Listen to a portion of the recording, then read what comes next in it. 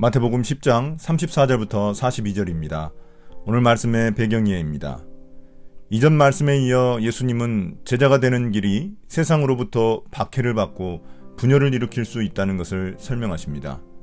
제자가 되면 사랑과 충성의 대상이 달라지기에 세상의 저항을 피할 수 없습니다.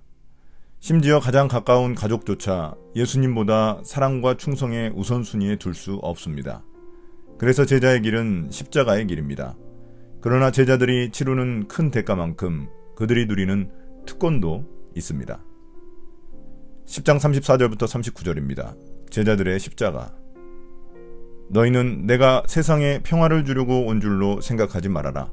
평화가 아니라 칼을 주려고 왔다. 나는 사람이 자기 아버지와 맞서게 하고 딸이 자기 어머니와 맞서게 하고 며느리가 자기 시어머니와 맞서게 하려고 왔다. 사람의 원수가 자기 집안 식구일 것이다. 나보다 아버지나 어머니를 더 사랑하는 사람은 내게 적합하지 않고 나보다 아들이나 딸을 더 사랑하는 사람도 내게 적합하지 않다. 또 자기 십자가를 지고 나를 따르지 않는 사람도 내게 적합하지 않다. 자기 목숨을 얻으려는 사람은 목숨을 잃을 것이요 나를 위하여 자기 목숨을 잃는 사람은 목숨을 얻을 것이다. 예수님은 평화의 왕으로 오셨지만 그 평화를 얻는 과정에서 분열과 갈등을 초래할 수밖에 없습니다. 예수님의 가르침을 따르는 자들과 거부하는 자들로 갈라질 수밖에 없기 때문입니다. 이를 예수님은 세상에 평화를 주러 온 게 아니라 칼을 주러 왔다고 표현하십니다.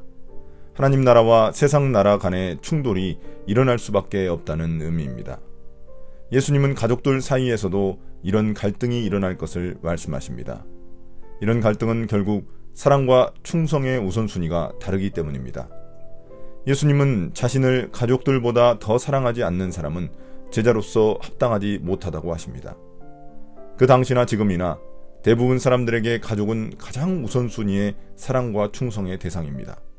그런데 그 가족보다 우선되어야 할 것이 바로 예수님을 따르는 길이라는 것입니다. 그러나 예수님이 가족 간의 사랑과 충성을 금지하시는 게 아닙니다. 다만 예수님의 제자로서 살아가는 것을 삶의 최우선 순위에 두어야 한다는 것을 말씀하시는 것입니다. 또한 예수님께 충성한다는 것은 자기 목숨까지도 미워하며 십자가를 지고 따르는 것을 의미합니다. 여기서 십자가란 수치와 거절, 박해, 고난, 목숨까지 포괄하는 의미입니다. 자기 목숨까지 걸고 예수님을 따르는 자는 영원한 생명을 얻지만 자기 목숨을 얻으려는 자, 즉 자기 육신의 편안함과 이익을 추구하려는 자는 영원한 생명을 얻을 수 없습니다. 10장 40절부터 42절입니다. 제자들의 특권. 너희를 맞아들이는 사람은 나를 맞아들이는 것이요 나를 맞아들이는 사람은 나를 보내신 분을 맞아들이는 것이다. 예언자를 예언자로 맞아들이는 사람은 예언자가 받을 상을 받을 것이요 의인을 의인이라고 해서 맞아들이는 사람은 의인이 받을 상을 받을 것이다. 내가 진정으로 너희에게 말한다. 이 작은 사람들 가운데 하나에게 내 제자라고 해서 냉수 한 그릇이라도 주는 사람은 절대로 자기가 받을 상을 잃지 않을 것이다. 지금까지는 제자의 길을 가는 데 있어 치러야 할 대가에 대한 것이었다면 이 단락은 제자의 길을 가며 누리는 특권에 대한 것입니다. 제자들은 세상에서 박해와 거절을 대부분 경험하게 될 것입니다.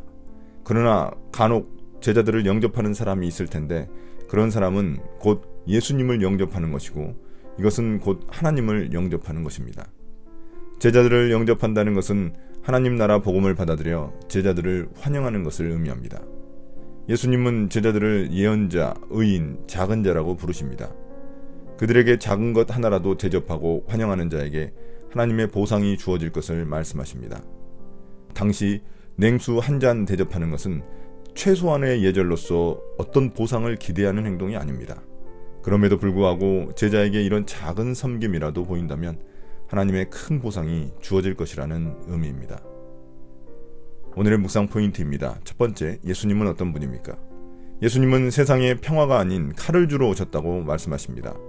하나님 나라 복음이 선포되는 과정에서 세상 나라와 갈등과 분열이 필연적이라는 의미입니다. 사랑과 충성의 대상이 다르기 때문입니다. 가정, 학교, 회사 모두 충성의 대상이 정해져 있지만 예수님은 그 무엇보다도 예수님께 충성하는 자가 제자라고 말씀하십니다. 지금 내게 가장 중요한 충성의 대상은 누구인가요? 두 번째, 우리에게 주시는 교훈은 무엇입니까? 예수님은 우리가 세상과 적당히 타협하며 제자의 길을 갈 수 없다고 하십니다. 자기 목숨을 잃을 각오로 십자가를 지는 삶이 아니라면 제자의 길을 갈 수 없습니다.